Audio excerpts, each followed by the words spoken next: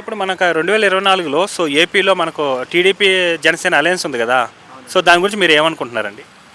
ఏమనుకోవడానికి ఏం లేదండి. టీడీపీ, జనసేన కలిశారు కాబట్టి గెలిస్తే బాగుంటుంది, జనాలకి బాగా జరుగుతుంది.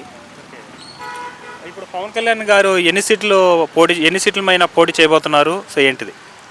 ఎన్ని సీట్లు అనేది ఇక్కడ రాజకీయం అంటే మనకి తెలుసు, కానీ అక్కడైతే అంత అవగాహన లేదు.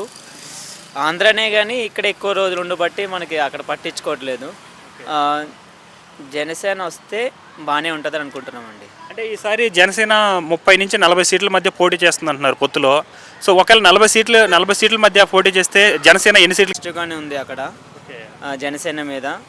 జనసేన వస్తే హ్యాపీగా ఫీల్ అవుతాం అంతే. అంటే పవన్ కళ్యాణ్ గారు ఇంత మంచి పనులు చేస్తున్న ఆయన డబ్బులు కూడా పంచి పెడుతున్న కొంతమంది నెగిటివ్ కామెంట్ చేస్తున్నారు. సో 3 పెళ్ళిళ్ళు అని వాటి గురించి ఏం చెప్తారు? అది కాకుండా ఏదైనా చెడ్డ విషయం చెప్పమని చెప్పండి పవన్ కళ్యాణ్ మీద. అదొక్క విషయం కాకుండా తీసి చెప్పమని చెప్పండి. అంటే పెళ్ళిళ్ళు కాకుండా ఏది చేసినా ఓకేనా మరి?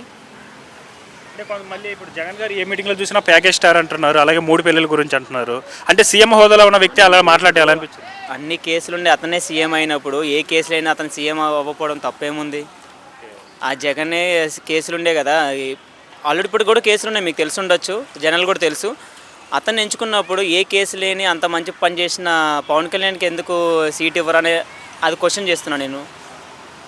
సో ఈసారి పవన్ కళ్యాణ్ అయితే అసెంబ్లీలో ఎంటర్ అవుతారంటారా? కంపల్సరీ 100% నేను డ్యామ్ షూర్గా చెప్తున్నా, అసెంబ్లీలో పవన్ కళ్యాణ్ వస్తారు. Thank you.